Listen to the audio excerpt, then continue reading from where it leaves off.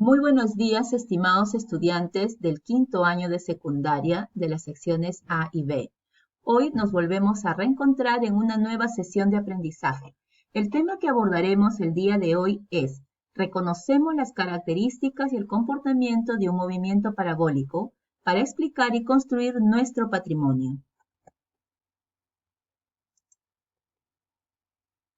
El propósito de esta sesión es que tú puedas fundamentar las implicancias sociales del conocimiento científico y de las tecnologías para reconocer y valorar y construir nuestro patrimonio histórico y cultural.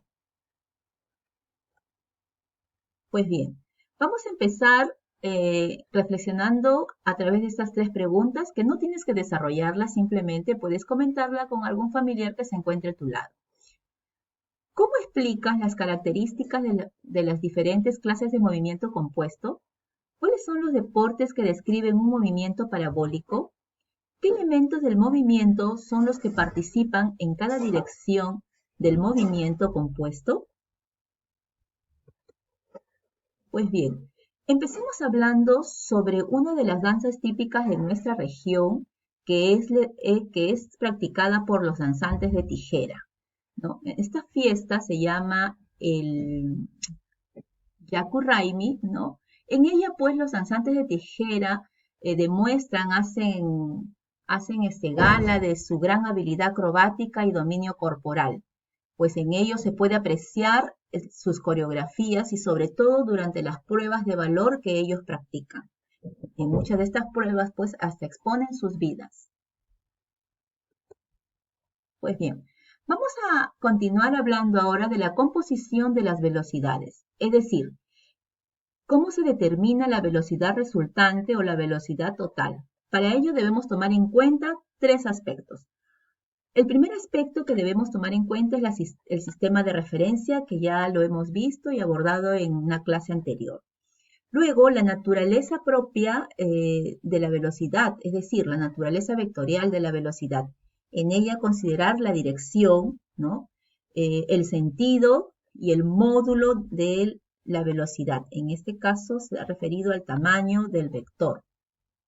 Y también el principio de Galileo, quien establece que si un cuerpo tiene un movimiento compuesto, como el que vamos a ver, ¿no? De dos movimientos, cada movimiento actúa de manera independiente. Pues bien, ahora analicemos qué ocurre con las velocidades, ¿no? Cuando dos velocidades tienen la misma dirección y sentido. Vamos a ver de que si estas tienen la misma dirección y sentido, como vemos en la imagen, ¿no? Tanto del bote como de la corriente del río, ¿no? Estas velocidades se van a sumar para poder hallar la velocidad resultante. En este caso es 12 metros por segundo más 8 metros por segundo. La velocidad resultante vendría siendo 20 metros por segundo. Ahora veamos qué ocurre cuando dos velocidades tienen la misma dirección, pero el sentido es opuesto, es contrario. En ese caso, las velocidades, para hallar la velocidad resultante, se van a tener que restar estas velocidades. Entonces decimos, la velocidad resultante, en este caso vemos, ¿no?, que la velocidad del río, ¿no?, que es contraria a la velocidad del bote, es de 12 metros por segundo. Le resto la velocidad del bote, que es 4 metros por segundo. Entonces obtenemos que la velocidad resultante es de 8 metros por segundo. ¿Y qué ocurre cuando las velocidades, ¿no?, tienen ahora direcciones distintas? Como podemos observar en el gráfico, vemos que la lancha, el botecito, ¿no?, se va hacia arriba, mientras que la corriente del río se va hacia la derecha. Entonces, en ese caso, para poder hallar la velocidad resultante, vamos a aplicar el método del paralelogramo, pero específicamente la del teorema de Pitágoras. ¿Por qué? Porque fíjense de que ambos vectores, ¿no?, de las velocidades forman un ángulo de 90 grados. Y cuando eso ocurre, entonces decimos que el coseno de 90 grados es igual a 0. Por lo tanto, no se va a considerar la función coseno, se anula, ¿no? Y para hallar la velocidad, el módulo de la velocidad resultante, entonces vamos a aplicar el ejemplo que ahí nos muestra. Entonces decimos que la resultante es igual a la raíz cuadrada de a cuadrado más b cuadrado. Reemplazamos los valores y al final vamos a obtener que la velocidad resultante es igual a 11,66 metros por segundo. Pues bien, el movimiento parabólico es un movimiento compuesto donde participan dos movimientos. Uno horizontal, ¿no? Es un horizontal, y otro es vertical, pero que ambos son independientes. Y su trayectoria, como ustedes podrán ver, describe una línea curva. El movimiento vertical es variado. Interviene aquí la aceleración de la gravedad y tiene las características del movimiento de caída libre. Mientras que el movimiento horizontal, su velocidad es constante y tiene las características del movimiento rectilíneo uniforme. ¿Qué elementos caracterizan este movimiento parabólico? Bueno, dentro de ellos tenemos que los elementos que lo conforman está el sistema de referencia, la velocidad inicial, el ángulo, ¿no?, de elevación, que es el que se forma entre la velocidad inicial respecto a la horizontal, el tiempo de vuelo, que es la suma del tiempo que dura en ascender más el tiempo que dura en descender el móvil, la altura máxima y el alcance máximo. Estas son las ecuaciones o fórmulas para hallar el movimiento parabólico que se utiliza en el movimiento parabólico. Y por último tenemos un ejercicio de aplicación. Dice, un arquero lanza horizontalmente una flecha desde lo alto de una torre, cuya altura es de 80 metros.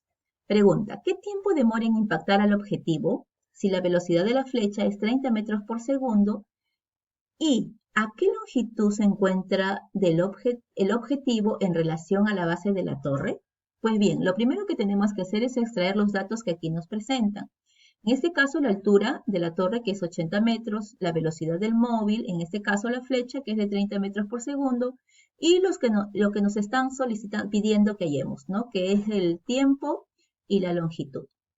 Para ello voy a utilizar esta ecuación que dice que el tiempo es igual a la raíz cuadrada de 2 veces la altura sobre la gravedad.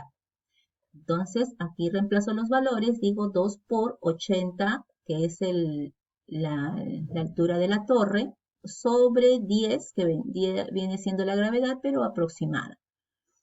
Entonces sale de que es 16, la raíz cuadrada de 16, dándonos como resultado que el tiempo es de 4 segundos. Es decir, 4 segundos ha demorado esta flecha en llegar o impactar hasta su objetivo. Luego nos piden también hallar la longitud de alcance, hasta dónde llegó y qué distancia hay entre el objetivo y la base de la torre. Entonces, como bien sabemos, se describe aquí un movimiento horizontal y este tiene características del MRU.